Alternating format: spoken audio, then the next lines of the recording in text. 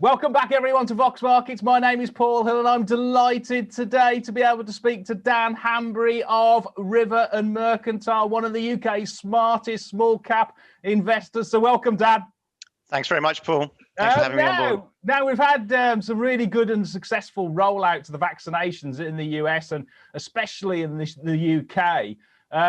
What's your sort of broad outlook for equities going forward? I mean, we should hopefully have a good, strong economic rebound in the second half, but have we sort of brought forward a lot of the gains into the sort of like, the end of last year and this year?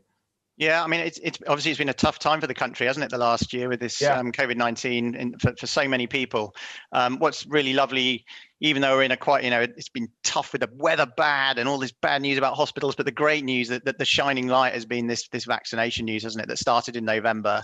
And then to see the UK's rollout go so well, and to see us so far ahead of other Western nations has been really encouraging. And as you say, I think we're up to over 12 million people have now had that vaccination, which is sort of, 15-16% of the population. Most of the older people and vulnerable should be done, again by mid-February in a week or two, and then it's looking like everyone over 50 is done by the end of May. Well, that's a fantastic achievement if they pull that off, and that's hugely exciting, I think, in terms of getting back to normal.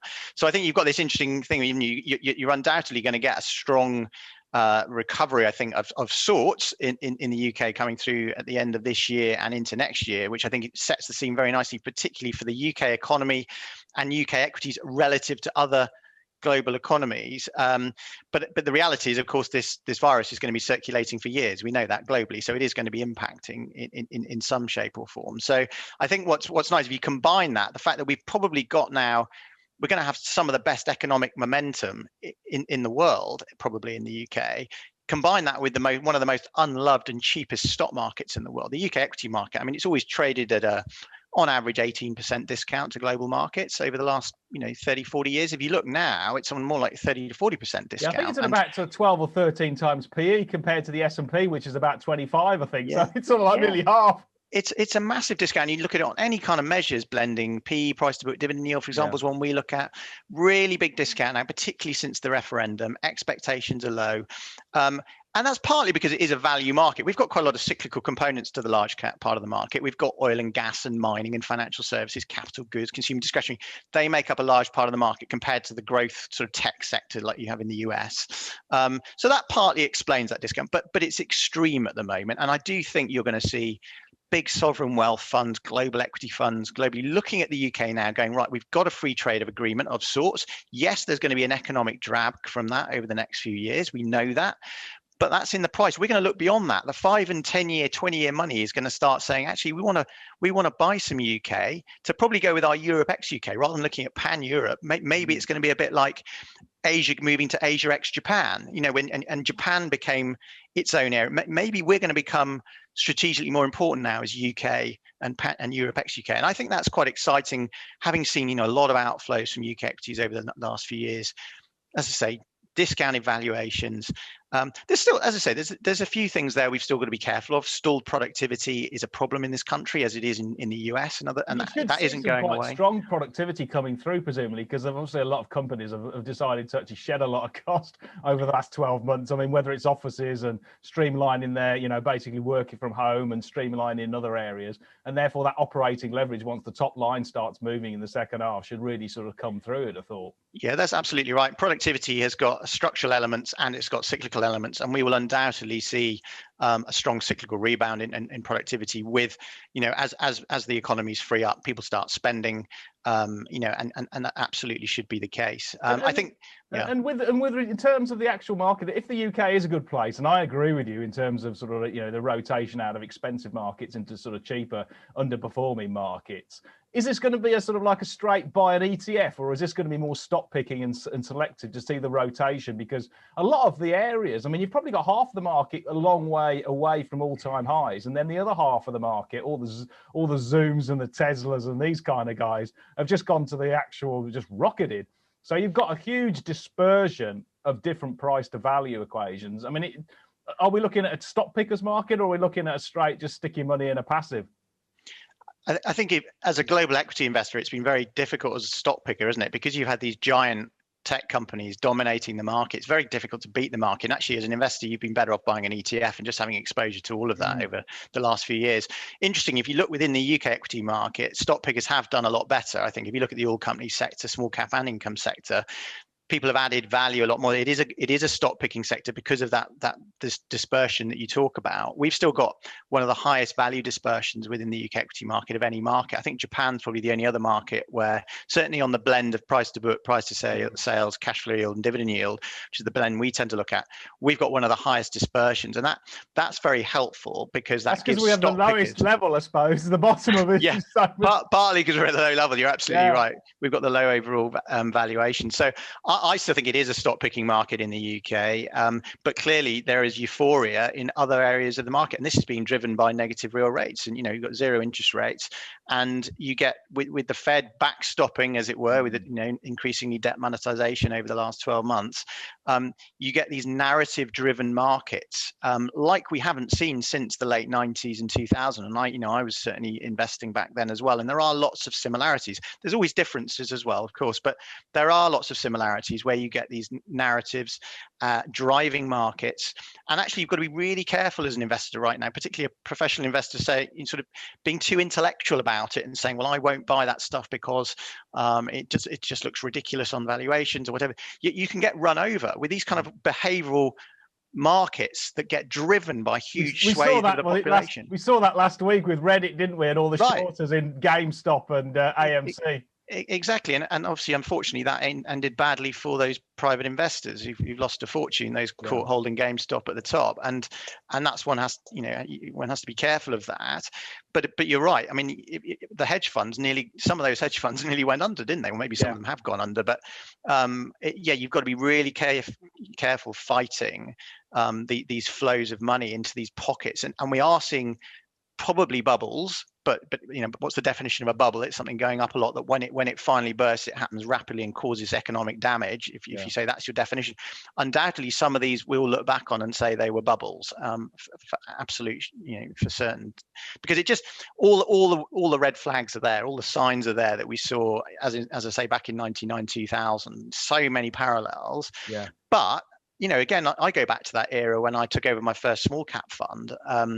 And the first 3 years, the market went down between 2000 and 2003, when that dot-com bubble burst, the market went down 50%. NASDAQ fell 83%. And a lot of your PA portfolio went down 99 or 100%. I remember it hurt. It really hurt when you were in the 99% club, wasn't it? Yeah, 99% down club. Yeah. I mean, it was just horrendous. And it's not as hard as it is now, being in the FOMO, the fear of missing out club, where you're sitting there going worrying about someone else making more money. It's a lot worse when everything's collapsing, I can tell you. So, but the point was to say, in that down 50% market, you could make a lot of money in cheap stocks. So banks went up 80% in that period. House builders went up 100%. Yeah, water companies did well also. Tobacco stocks went up, I don't know how much, 100% or something in that. The old economy period. Sort of rotation. So when you get these rotations, there are really great opportunities to make stocks, and that's why it's so fascinating at the moment. You've been hanging in the growth game as a small cap investor, playing these great growth stocks, but also what appears occasionally are these amazingly cheap names in the market that are just too good, and you've got to load up on a few of those as well. You end up having I end up with quite a blend in the portfolio actually. I'm going to come on to that in a moment. I think it's a lovely mix of what you've got, growth and value. But I just thought that, just finalising on that point in terms of go forward, that the trigger could be the increase in US Treasury, the yield, but because if that sort of like triggers a flight away from the sort of the long duration, low return type growth stocks, you only get a return in sort of 10 years into sort of like your more immediate sort of dividend playing, more value names, which could, if that continues to steepen, then that could be the trigger into sort of stock picking for the value trade. But just sort of like now, if we move on to sort of like the small caps, how do you see the small caps going in the UK, and particularly sort of what areas, what sectors do you quite like, and what type of sort of like things do you look for?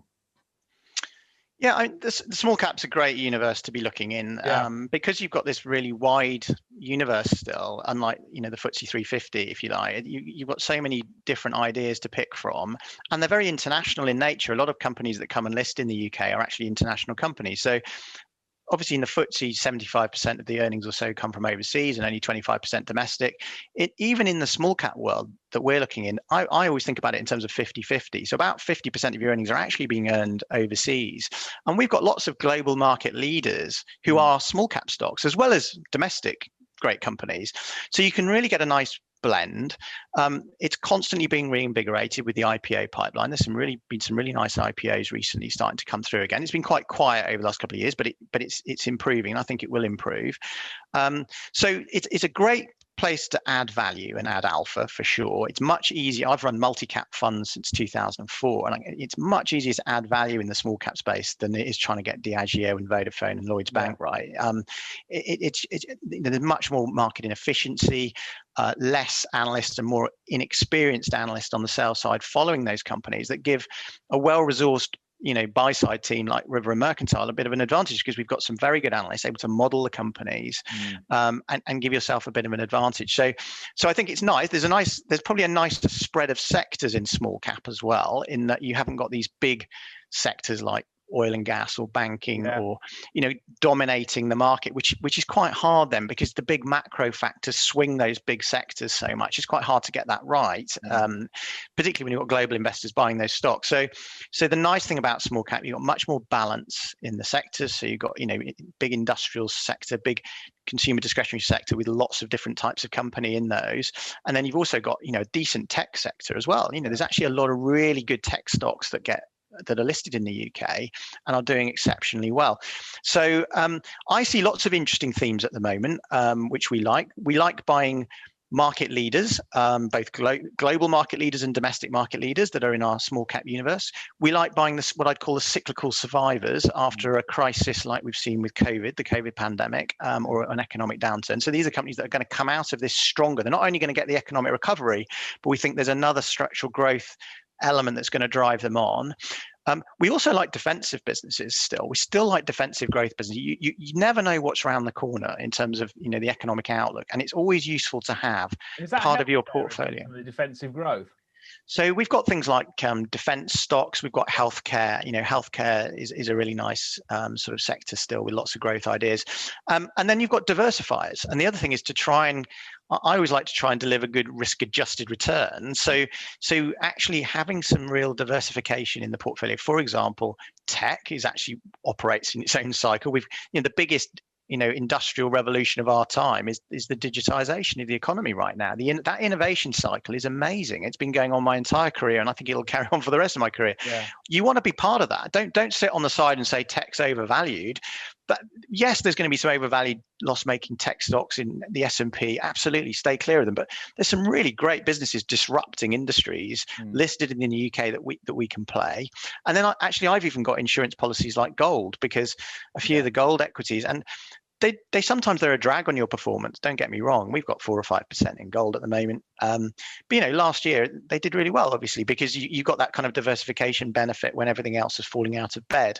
And I think in a world where you've got debt monetization, it's a useful insurance policy. I'm not saying put your whole portfolio, but have 5% in there as an cheap insurance policy that pays out when the other part of your portfolio blows up. So that's the way we think about it. We try and play a number of these different themes. It's all very much bottom-up driven, in terms of we have quite big quantitative screens operating, looking globally, that screen for growth, high-quality recovery, and asset-backed stocks. So we look for all of those, and we look to buy fundamentally strong businesses that are undervalued and where we're starting to see an inflection in a positive trend in terms of the improvement in the operating momentum of the business and therefore the share price. So we blend all of those things, and it creates a very diversified portfolio. I would agree. I think you're looking at your portfolio, just running through the portfolio construction of it is really well diversified, and sort of those sector leaders. And one area that you seem to have quite a good, you've done really well out of actually is healthcare. And I think your top performing stock was Maxite, and can you just quickly take us through? I mean, there was an analyst actually who tipped it to me about 2 years ago, but I had a look at it and I thought it's a bit too early doors for me. But obviously you guys pulled the trigger and you've done absolutely brilliant out of it. And it's all gene sequencing and gene editing, isn't it? And cell editing. Yeah, Maxite's a really interesting company because we don't tend to do many biotech type investments. We find they're too blue sky and too dangerous. It's just too easy to get them wrong. Some of them work out, but a lot of them don't. And it's a bit like buying an oil exploration company and hoping they hit oil, and do they hit oil or not? The reason we like Maxite is it was much more of a platform, and they've got a technology called flow electroporation, and essentially it's a cell therapy technology that they license to the major pharmaceutical companies and cell therapy companies in the world. For example, they supply 20 of the top 25 global pharmaceutical companies into their R&D labs, and they supply both machines where they get consumable recurring revenue, but they also license the IP of flow electroporation. Essentially what they're doing is they're taking the cell from someone who's sick, maybe with cancer, bringing it out, genetically editing that cell and putting it back into the body almost as a medicine, essentially. And this is a massive area of growth within the pharmaceutical space. And so the nice thing about Maxite is they've got this platform. It gives you a recurring revenue stream that enables them to be well financed. And then they actually, as companies that are using their technology become successful, they start to gain royalties. And so we know that there are 140 at the moment. Last time they announced 140 lots of recurring revenue that adds up to about $950 million over the next few years that we know is going to come in. And that gives us great visibility. Now, why has the share price gone ballistic in the short term? Well, it's a number of things, not least they're going to NASDAQ to list. Exactly. And let's be fair, that's quite low quality in a way, but is it low quality? You've got specialist funds. The way we tend to look at these companies in the UK is we say exactly what you said. It's early stage. I can't see much revenue. It's on a ludicrous revenue multiple. Why would I buy that stock? Or so then.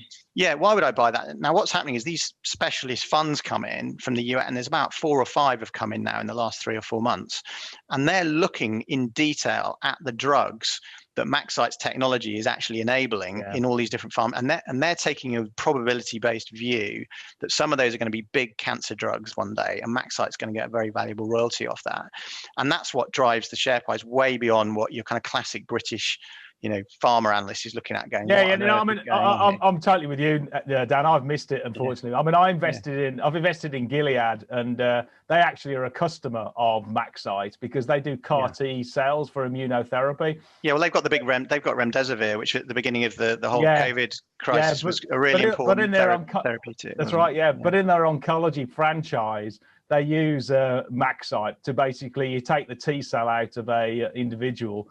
You then, as you rightly pointed, the clever bit is then editing it, and the only way to edit it is use this electroporation, and you basically put an electronic, I think it's a charge around it with the actual how you want to edit it in that particular cell, and then it opens up the transfer, the porosity of the actual cell to allow that editing to occur. So it's the enabler, and the trick is that this technology has been around for ages.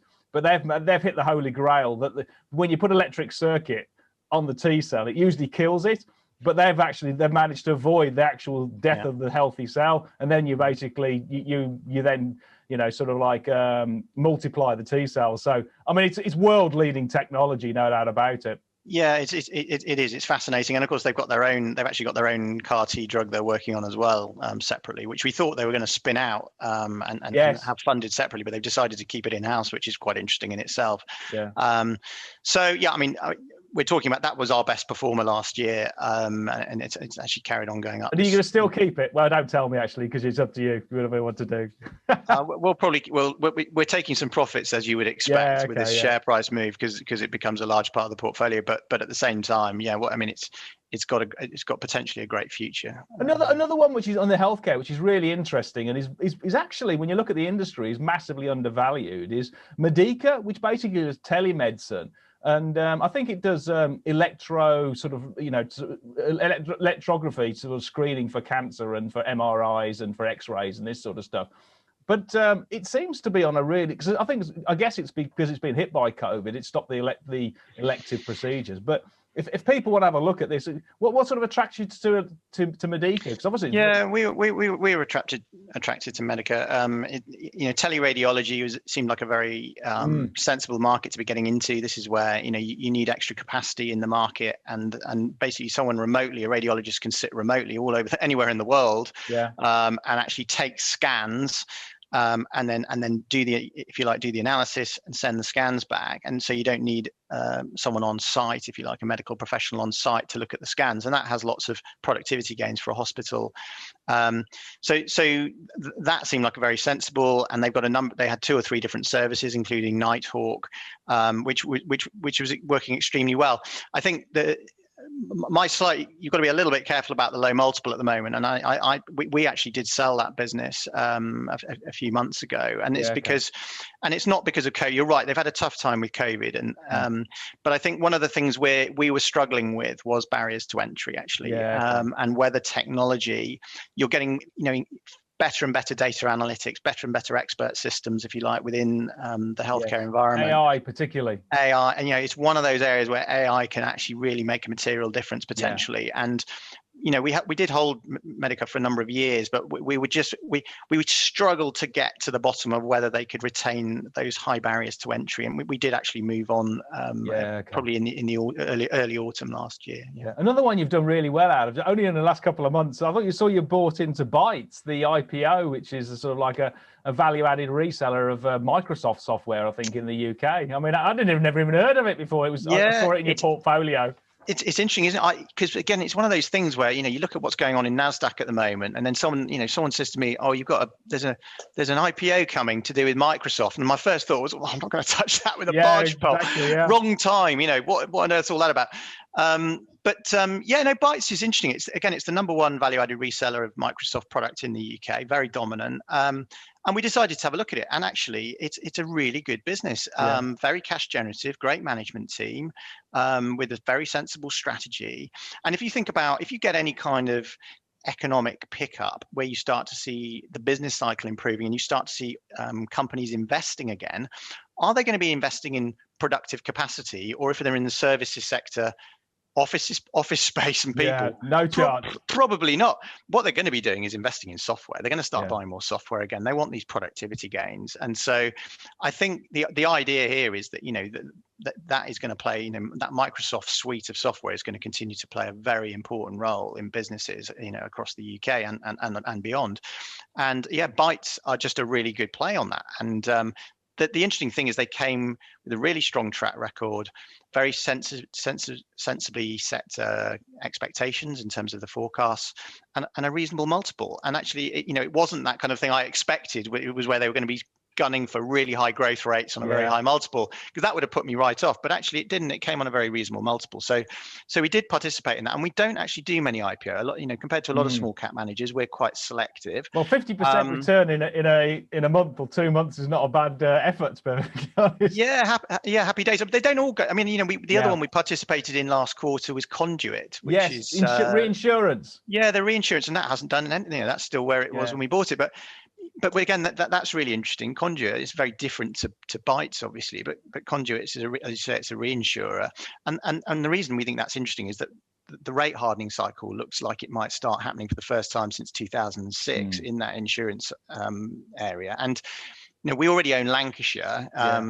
In the past I've owned Beazley. Is this catastrophic insurance rather than sort of like household? It's a range. It's cat. It's property. It's professional. It's a whole range. But the nice thing about getting into a clean vehicle like this, the chairman who's put it together is the ex-Brit Insurance guy. So he knows what he's doing. He knows. Do you remember they sold out? I don't know how many years ago it was. 12 years ago, was it something like that? Maybe 13 years ago.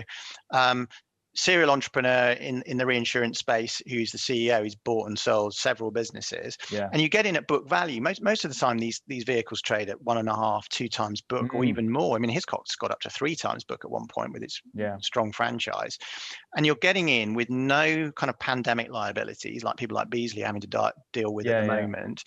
So it's a clean, sheet, very good management team, getting in at book value, and that's quite attractive actually. And clearly, they've got to deliver. They've got to hire the teams. They've got to write the business, and they've got to do it properly. But that's a really attractive risk reward sort of place to start. So that's another, and then we've done one other IPO actually as well just recently, which is Moonpig, which is a bit more like bytes. Oh, you did Moonpig. Oh, right. Okay. Yeah. So Moonpig's a good one. Yeah, we like. But I guess that was quite of a richer valuation. I mean, it's got a fantastic brand. Yeah, again, it was my first reaction when I heard that Moonpig was, I was, oh, here we go, the tech bubble. Here we go. It's another crazy, crazy company on a high valuation. But again, it's funny actually when you get under the bonnet and you realize the 60% market share they've got in online cards, and then you see the amazing data they've got on their customers and the way they're then able to upsell things like gifts and flowers into their customers. And you can take your mobile phone now and you can write your personal signature on your piece of paper, take a photo, upload it, and it goes onto the card straight out. And it's brilliant, and all the marketing and stuff, and you can just see why they disrupt the card market so significantly. And again, lots of growth to go for, very cash generative. And I guess your wife will be sort of like expecting a big sort of like a card at The Day next week. She's already had one actually. I tested it, but I didn't trust it. I tested her it was her birthday on the 5th of February, and I sent her a Moonpig card and a personalized card as well. I sent her two because I wasn't sure it was going to work, but it worked perfectly. So the fundamental research was done on that one. You kick the tires. Kick the tires on that one. Yeah. Well, another one which is really sort of, it's a healthcare which is really sort of undervalued is Allergy Therapeutics, and it trades on about 1.1 times sales. I know it's sort of like not profitable, it's near enough EBITDA profitable, but it's got a bunch of cash in there, and it does. I think it does sort of like allergy vaccines, hay fever and pollen and stuff like that. Yeah, so the advantage there, they've got a very strong European market position already, and the advantage of their treatment over others is it's very short cycle. So when people have severe allergies, they sometimes have to go on programs of injections that last like a year or 2 years into touchy. Whereas the allergy vaccine they have is one that's much shorter cycle. You can do it over a course of weeks, and that's hugely advantageous. And they've got a number of different strands in their IP where they're looking. There's a peanut one they're doing as well, isn't it? So peanut's one of the sort of pipeline. I wouldn't ascribe too much value to that, but you're right. That's a kind of option value type component of it. But it's mainly grasses and trees and things like that they're looking at with essentially hay fever. It's a really nice little business with relatively stable cash flow off that core set of vaccines, and then you've got this sort of option value pipeline, which is it's well financed, as you say. It's a very cheap stock. I mean, when we first looked at it, we thought it could double very easily, and it hasn't. It's not far away from that valuation now, to be honest. No, well, you'd have thought sort of like with people sort of having more allergies and more sort of like problems about different sort of things and the atmosphere, then it's got to be a growth area, wouldn't you? But absolutely right. It was originally spun out of GlaxoSmithKline, which is probably unsurprising, 20 years ago or so. That's where and obviously Glaxo are one of the biggest vaccine guys in the market. So what about you talked about briefly the sort of gold, and I know you got Sentiment and you've got Hochschild, haven't you, both in your sort of portfolio? I think is it just the silver? We don't own Sentiment actually. But we do own Hochschild Mining. We own Sarabi Gold, Pan African Resources. They're actually remarkably cheap, aren't they? Still, which is incredible. I mean, I was looking at sort of like PE ratio of Hochschild is still about 10 or 11 times. I mean, Yeah, they always price in a big fall in the underlying metals prices. It's interesting. They seem to, until they get to the top. But yeah, that's interesting. If you mark to market now in your model, the spot gold price, spot FX rates, foreign exchange rates, and silver price, they are very cheap stocks, these companies. They're clearly high risk. They have lots of geopolitical risk typically. Often they're in one particular area. Yeah. So Hochschild is Latin America and Mexico, and then you've got Peru, isn't it, or something? In Peru mainly, and then Pan African is obviously South Africa. So you've always got that geopolitical risk with them, and that's why it's important to have a basket, I think. But generally, actually, a lot of the tax regimes in these countries are reasonably stable. There's always been that risk once they start discovering gold that the people in the area or the government want more of the cake, and they start reaching in either through taxation or strikes and that sort of thing. So that's where there's always a risk with companies like gold companies. But we do our due diligence. We look for cash generative businesses with sensible management team who've got good relationships, who are looking at, and importantly, who are looking after their communities, and they're thinking about the employment of them. And take Pan African during the pandemic down in South Africa. They sent out 1,000 food hampers to all their to all the surrounding communities, sort of people in the communities. Yeah. And it's stuff like that. They've got to get that right in order to be able to deliver the value in terms of the shareholder value. So, but yeah, we quite like to have a blend of a few of those gold companies. Yeah, and then you've got some really quite nice reopening trade. I mean, you've got sort of like the builder. I think Forterra. You bought the brick builder, which doesn't look very expensive at all. And Caretek as well. I mean, that looks pretty cheap as well. Yeah. So I mean, Forterra is interesting because you can, instead of playing the housing market through the house builders, I mean, we do have countryside properties actually, but where you clearly typically need house price inflation, or certainly not negative house price inflation. Yeah. With all the measures that have been put in place this year, with COVID, it's been very supportive, and you've seen the housing market's been quite strong actually. I think it's up like 7% over the last year or so. There's a lot of money trying to pour into every asset class, aren't they? Houses, equities, whatever it is. There's only three house builders in the UK anyway, isn't there? It's sort of like an oligopoly, I think. Yeah, that's right. Well, actually, funny enough, the brick companies are very like that. They're an oligopoly. So you've got that's Forterra, the brick guys, yeah. Yeah, Forterra, Ibstock, and Wienerberger, which I always think is a great name. Yes. but we've owned Ibstock in the past, but we do like Forterra. We think Forterra is a good one at the moment. They've got a nice blend, again, mainly residential houses. They've got quite a big RMI business, and that's because they've got they own the old London brick, which is really desirable. And people like putting the London brick into their homes even after they've been built, and they put it on in extensions and that sort of thing. And there's a little bit of commercial in there as well. If you look at the headline multiples, you think, oh, it's not that cheap. But actually, the really interesting thing about Forterra is they've got this enormous new Dexford plant going in next year. I think it's Dexford, and in 2022. And actually, as a result of that, there's quite a big changeover for them next year, which is going to create some disruption. Yeah. And as a result, the forecasts are quite depressed. So when you look at the headline multiple, it looks like it's on about 15 times, I think, 16 times. Yeah. Which looks like it might even be more expensive than Ibstock, but I think that's the wrong number to be looking at. To value any company, you need to project the cash flows through that and what are the risks on those. And actually, I think they've got a very strong market position. Once you get through 2022, I think you've then got quite a nice sort of set of cash flows, and I think the housing market will continue to be stimulated, certainly in terms of building volumes, which is important for the brick companies. And inventories are low. They've run all the inventories have been run down again. Aren't they? The only thing I didn't understand from last time is that 80% of the market, it's about 2.5 billion bricks we use a year in this country, 2 billion domestically. Yeah, that's about right. Yeah. And I think 500 million or so come in. We import them. I always assumed that the imports, when you had a downturn, I always assumed the imports would be turned off because the supply chains would be closer in the UK and that they do a lot better. But that actually hasn't turned out to be the case. Funny, I haven't quite got to the bottom of that. Somehow the imports. Bespoke, I understand. They're bespoke bricks. They're sort of like. That's right. Yeah, that's right. They're very specialist. They're not volume, so you can only get them from places like Italy and Norway, and they're tiles and all that kind of stuff. So you're absolutely right. I'd forgotten that point. Yeah, that's why you can't get an Italian tile out of Bradford. Yeah. No, you can't. Not yet, anyway. Not yet. One day, maybe. Yeah, the other one which is really cheap is Caretek. It's a sort of UK social care and educational services provider. Well, that's what they say they are, anyway. I guess it's. Yeah, it's reasonably leveraged freehold. That's the only thing with that one. You've got to just be a little bit careful with that. And it is. We think it is quite cheap, but it's not as cheap as maybe as it looks because there's quite a lot of leverage in that business model.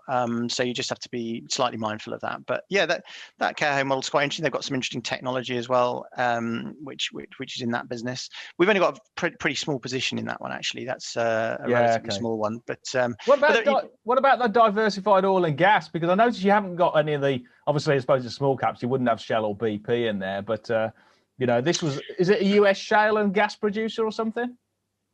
Yeah, I mean, the oil and gas space is a really tricky one at the moment because of there's clearly the big sustainability drive globally and particularly, for us as well with investors. A lot of our investors are very focused on that quite rightly. A lot of our clients on ESG and sustainability. And the oil price obviously got very depressed last year after the demand destruction from the pandemic, and you're now seeing that rebound. And calling the oil price short term is very difficult, obviously. And would I want to be particularly short, particularly long oil at the moment? I probably wouldn't. I want to be, I want to have an exposure, but I want to do it in the best possible way. And the way we're thinking about it at the moment is we're not really buying any oil exploration company. We don't invest in oil exploration companies. My view is why are we deploying our capital to go and find more oil, given our 2050 net zero targets and all of those things. But gas is going to be absolutely critical to this transition phase. We are going to be hooked on gas for a long decades. Okay, there's no way we're coming off natural gas. So that's what's drawn us to the gas plays, and we've got two of them. And you're right, Diversified Gas and Oil is the largest. They are a pure US conventional gas player. Oh right, gas. Okay. They're a consolidate. There's no oil in that portfolio. Wow. They're consolidating basically the gas fields over in the US. So they're not exploring for gas or anything like that. They're not like a shale gas player who's spending huge amounts of money fracking and hoping they find gas. They're a beneficiary actually of the fallout of the shale gas industry of getting over capitalized. Too much money went into that, and actually they got into a lot of trouble, some of those players, and are going out of business. And eventually that's going to put a floor on the natural gas price over in the US. And as I say, we think it's critical to the transition pathway. And the reason we like them is that they've got this very defensive business model. They essentially buy up all these nodding donkey wells. They've got about 7,000 of them around the place. They basically got a guy, engineer in a van, drives around. They've got a well productivity program. They improve the productivity in the wells, and you get this lovely cash flow that's very visible, if you like, very stable. You look at the decline rate, you calculate the cash flows over 20 years, and you can buy that really cheaply. And they're a very conservative management team. They hedge 90% of their production's hedged this year, 2021, out to probably 45%. 2024, and so you get this really nice visibility, recurring revenue stream, which you just don't get in oil and gas businesses normally. And that really draws us to it. And it's quite clean. You haven't got the health and safety issues. You haven't got the community risks we were talking about in the mining companies earlier. You haven't got that issue when you're, whereas if you're exploring for oil. There's a big LNG export market as well, isn't it, from the US to Asia Pac? Because they're going to be absolutely, they need the LNG and the natural gas to get them off dirty coal. And exactly right. So and blue hydrogen as well, as much as anything, to create blue hydrogen. Yeah, so that's why we've got that as quite a significant position in the portfolio. We want that exposure to energy, but we think this is a relatively clean way of doing it without maybe leaping onto some of the renewables names. And when you sort of you talked about some of the tech stocks, and obviously some of them have done really well, particularly your gaming stocks like Sumo and and team. When do you come to a position that you'd like to sell or a particular stock, even though you like the company, but say the valuation hasn't reached a stretched level? Or would you ever sell just on valuation, or has it got to be sort of like more fundamental than that?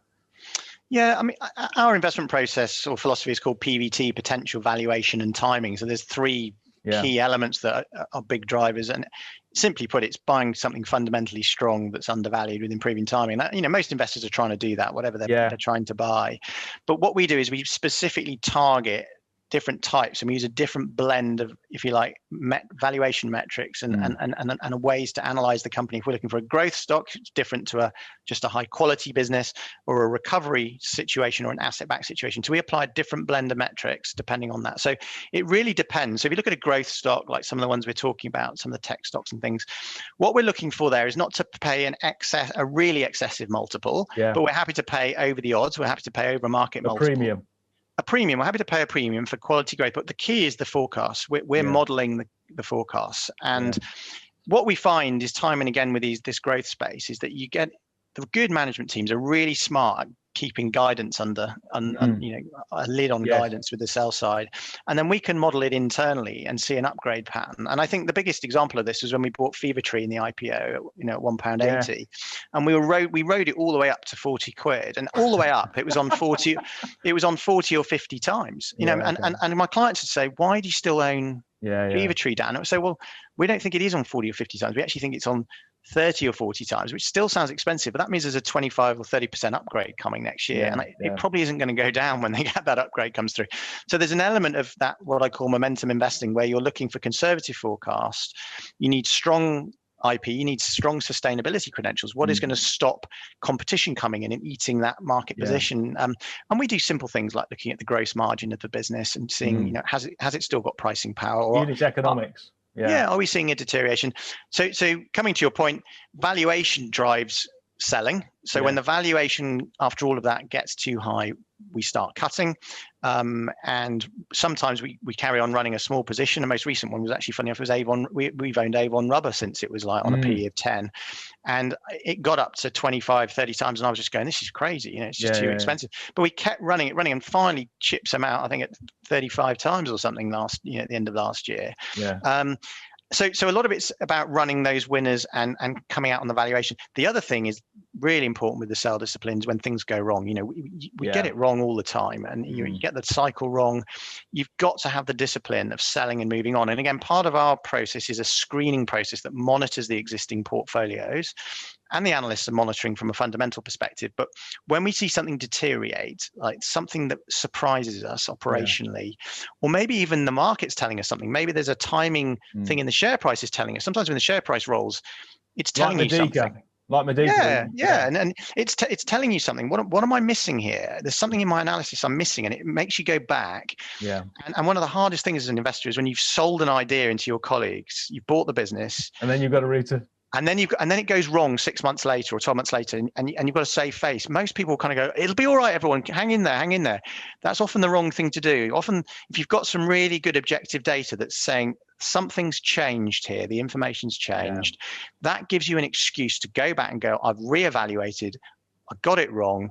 We need to cut out this one and cut our losses and get out. And that's I do find, I must admit, having spoken to a number of fund managers, I do find that's one of the greatest attributes for the ones who have actually sort of like, you know, look long term. I mean, you know, you've had Andy Bruff, for instance, was talking about exactly the same thing, and Chris Mills. It takes a lot to basically, you know, come off what you've supported for such a long time. And another one is Gervais Williams. I know he's quite religious in sort of like getting out of stock, and I think Giles Hargreave was the same when he was at Marlborough and stuff. So I think they're all great investors. So if we're doing anything like they're doing, that's no, I think you are. Your performance has been pretty good. For that Fever Tree and Maxite have done really well. Just one finally, then you talked about defence. I mean, I'd be a bit remiss not to mention sort of like Ultra Electronics, because it's sort of like a specialist cyber stroke solar boy type manufacturer of defence equipment. And I know that the CEO is top draw, Simon Price, as well. So what sort of attracted you to Ultra Electronics?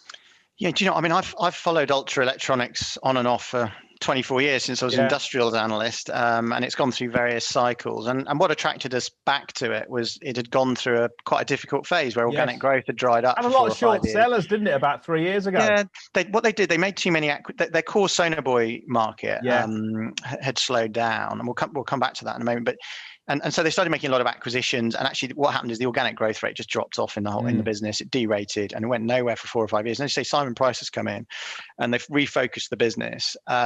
And you know, the attraction for me with something like Sonoboys and defense, I think defense budgets are going to only go up, not go down. Personally, even though Biden's got in, I still think you're going to have a robust DoD budget. And I just think that's the world we live in. And I'm particularly marine defense, which is where these guys are specialists. You know, historically, they sold a lot of their Sonoboys into the US Navy. And essentially, they're patrolling the eastern board of the United States looking for Putin's submarines, essentially. But they need to do the west side, don't they? And then exactly, they lob these Sonoboys over the side and looking out for subs. Of course, now the big orders coming in, because obviously a lot of the shift is towards the South China Sea, the Taiwan Straits. They're talking about having a carrier fleet down there. And so people like Ultra are now getting big orders. They're one of the market leaders. They're getting big orders for Sonoboys to start kitting out these fleets that are likely to be, as you say, further afield.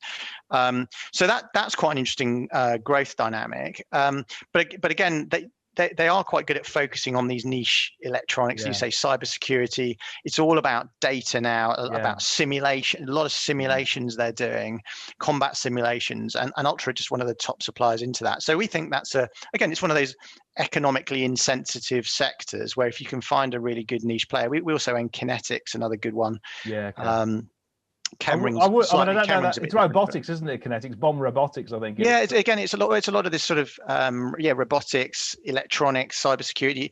Yeah. It's that whole space within the electronics warfare kind of space that is interesting. There's lots of different growth cyber areas. warfare. Yeah, I mean, the one thing which has attracted me to electronic ultra was that, you know, you said before, a long time ago, they lacked a bit of capital discipline, and I know Simon, he's got a defence background anyway, and he's absolutely nails capital discipline. So he isn't going to frivolously spend stuff if he doesn't need to. And when it comes to, but he's very willing to invest if it's the right opportunity. So he's the perfect guy to have at the top of the organisation. And I think they're an interesting sector at the moment because they've actually just sold off on Biden's election. Because the assumption is that defence spending is going to cut. We've done a bit of work looking at the defence budget, and we don't think it will be cut actually. And actually, there's probably an opportunity in these names at the moment. Yeah, no, if I say to investors, just on a value trade, I'll definitely have a look at Ultra. It trades on about 15 times PE, 11 times EBITDA. And there's a number of others in your portfolio that are absolutely sort of like, looks very, very good value. So I think there's some reasonable value in that sector at the moment for sure. Yeah. And what about where there isn't value? I'll be getting a bit remiss not to ask you about what your thoughts on Bitcoin as I think it was the Tesla guy, Elon Musk, yesterday bought $1.5 billion worth of Bitcoin, and it's now some crazy sort of $45,000 per Bitcoin, which on 22 million coins means it's nearly nearly a trillion number actually worth of a crypto. I mean, is this a tulip, or is this just like, is there actually some substance behind it? Well, you have to be careful about commentating on this stuff because it becomes quite emotive for some people, don't you? You get hate mail if you start talking down Bitcoin if you're not careful. Okay. But listen, I think it is really interesting. It is, and we talked about the narrative-driven market. When you have negative real yields, and you almost can't value very accurately cash flows out a long way. You get these crazy moves in things like Tesla, and Bitcoin's another one where the market's taking the view that there's a scarcity value, they're an inflation hedge, and so you see a lot of people buying into Bitcoin as an alternative to things like gold, maybe a bit more exciting. And actually, no doubt there is a role for cryptocurrencies in the world, and there's no doubt there is some value in Bitcoin.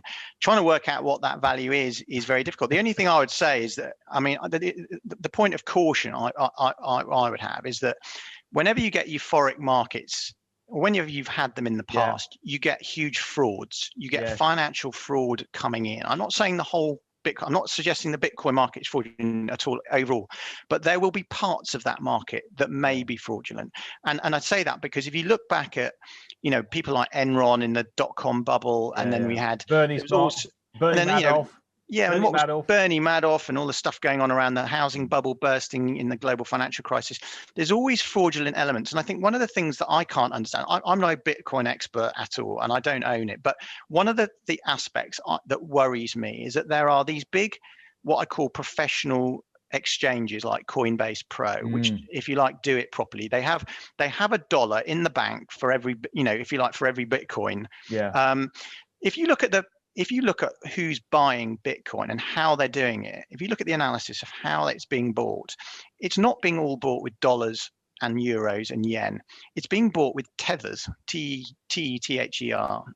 2/3 of Bitcoin volume is being bought with tethers. And tethers is it's a cryptocurrency that is being issued.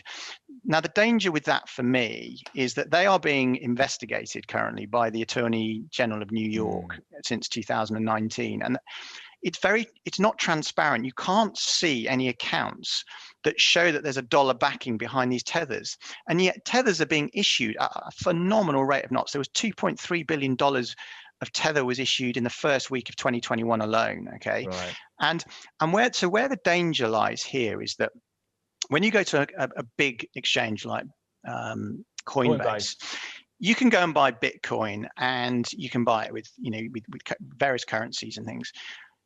There's these smaller exchanges off on the side where you can't go and pay with dollars. You have to buy Bitcoin. So what you buy Bitcoin from your main exchange, you then use that to then buy into these other cryptos in these sort of let's call them offshore exchanges, which don't have as transparent accounts.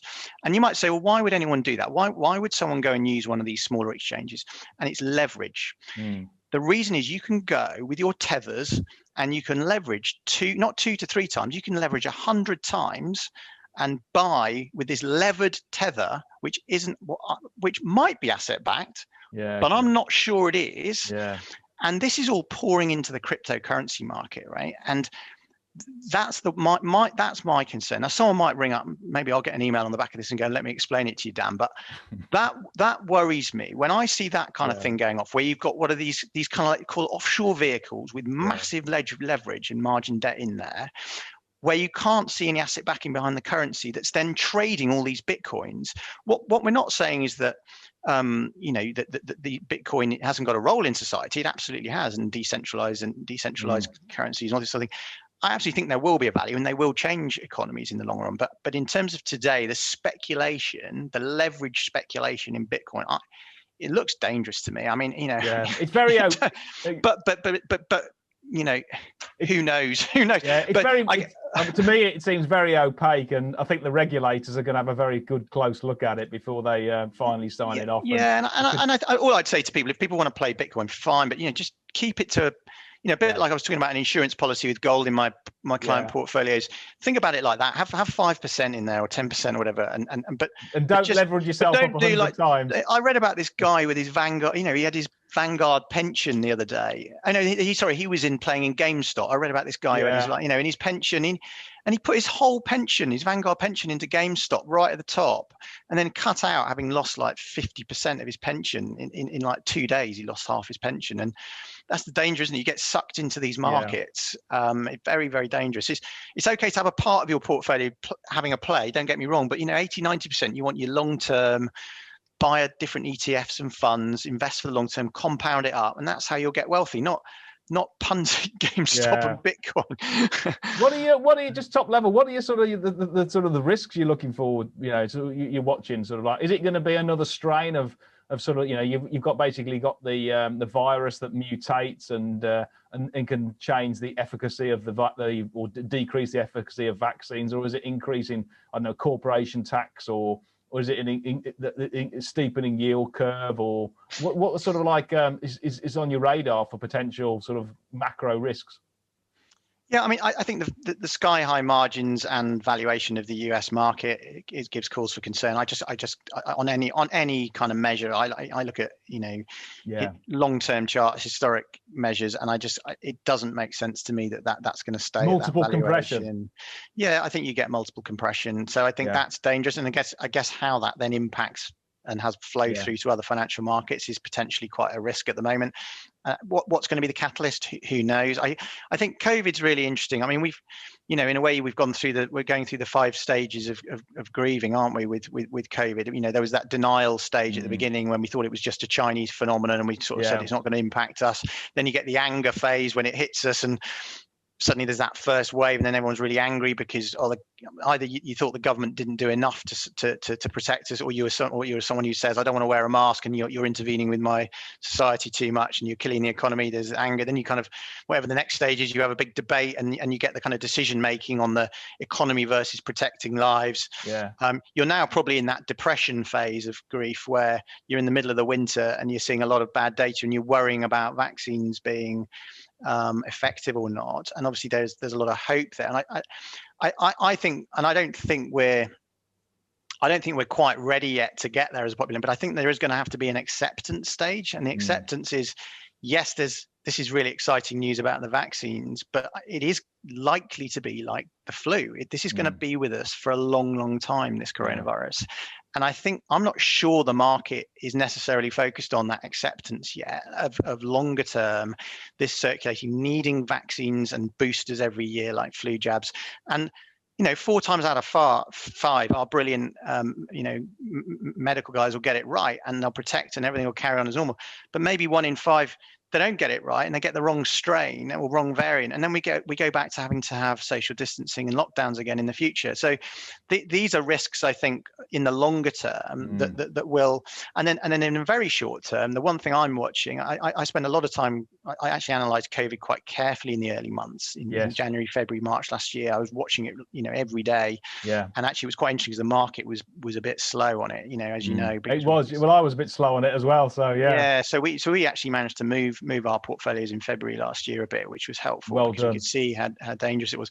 I've paid less attention to it because I felt it's because the whole world's eyeballs are on it. It's very hard to add value, isn't it, as an active manager? When everyone's looking at something, it's very hard to get an edge. Yeah. Okay. And so so bearing that in mind, I wouldn't want to make a big call, but tactically, the one thing that slightly concerns me at the moment is that the market is very much looking at the headlines of vaccinations going up, cases going down, deaths going down, hospitalizations going down, particularly in the United States, which has impacted US consumption. The slightly under the bonnet bit of epidemiology, which is a little bit worrying, is that the strains that have been walloping the UK in the last 2 months are starting to rip in places like the US. Yes. And my slight concern is when I hear Biden saying we want to open our schools as soon as possible now, is you get a bit of complacency, a bit of opening up, and then those strains rip and create another almost mini wave in March, April time. That would be my short-term concern on that one, that might cause a wobble in the market. Nothing like last year, nothing like March last year, but that would be tactically where I'd be a little bit cautious at the moment. But I think overall, obviously the reflation trade is pretty strong at the moment. There will be blips, good for value.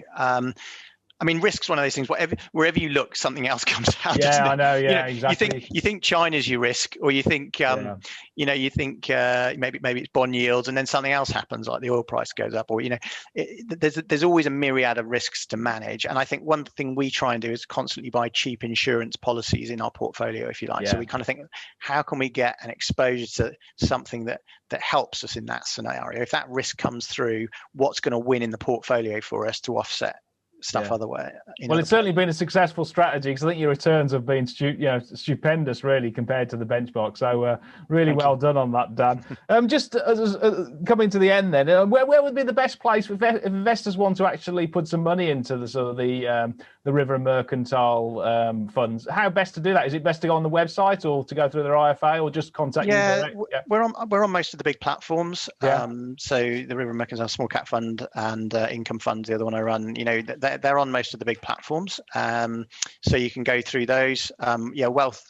We've got a lot of the big wealth managers are clients of ours, and so talking to your IFA and going through those central wealth management platforms as well is another way. But you can go onto our website and get details there as well. So any of the above. Yeah. Brilliant. Okay, well, thanks very much, Dan. Absolutely fascinating, and look forward to touching base and see how your predictions are in about sort of 4, 5, 6 months' time. I'm not sure I'm looking forward to that. Yeah. Thanks very much. Cheers, Paul. All the best. Thanks.